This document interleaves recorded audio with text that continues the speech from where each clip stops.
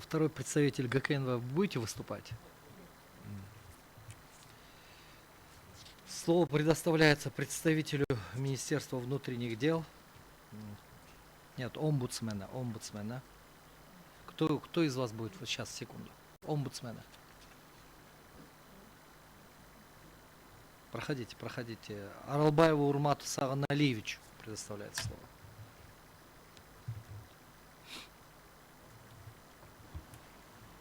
Здравствуйте, уважаемый суд. Еще раз.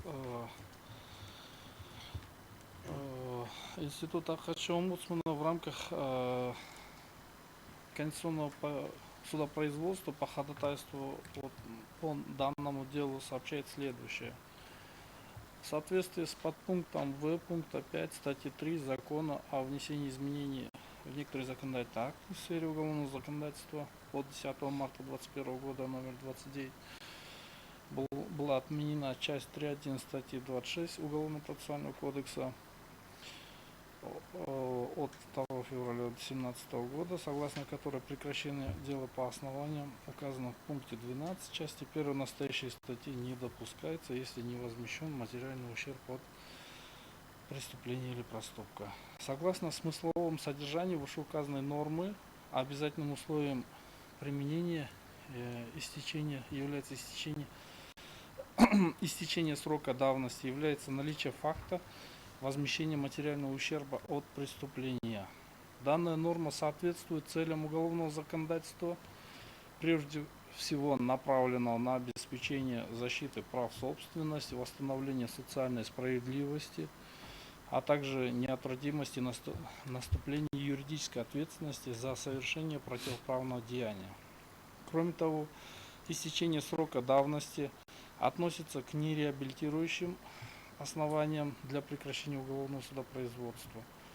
Таким образом, отмена указанной нормы создала возможность обвиняемому уклониться от ответственности, а потерпевшему препятствия для возмещения ущерба, причиненного преступления. Вследствие чего были нарушены основные принципы правосудия и гарантии возмещения вреда, причиненного неправомерным действием, предусмотренные частью 5 статьи 29 Конституции Кыргызской Республики. Впоследствии законодатель все же исправил эту ситуацию, восстановив ее в прежнем виде в новой редакции Уголовно-процессуального кодекса.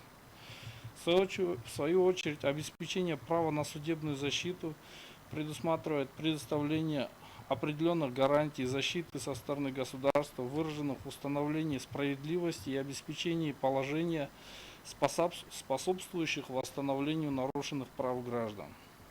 Вместе с тем, в соответствии с частью 2 статьи 56 Конституции Кыргызской Республики установлено, что в Кыргызской Республике не должны приниматься законы, отменяющие или умаляющие права и свободы человека. Ввиду чего введение подпункта В пункта 5 статьи 3 Закона о внесении изменений в некоторые законодательные акты способствовало сужению прав потерпевших от преступлений граждан, а также сокращению гарантии их обеспечения с ограничением возможности их последующего восстановления. При принятии положений нормативных правовых актов нормы закона прежде всего должны быть основаны на идеях нравственности, морали, а также следовать интересам соблюдения прав и свобод человека. Учитывая данные обстоятельства, Институт Ахача Кыргызской Республики поддерживает ходатайство гражданина Теплякова в части проверки конституционности подпункта В пункта 5 статьи 3 закона, обозначенного закона, на предмет противоречия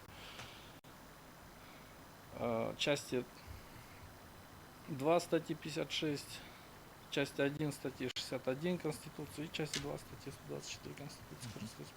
Ясно. Ваша позиция понятна.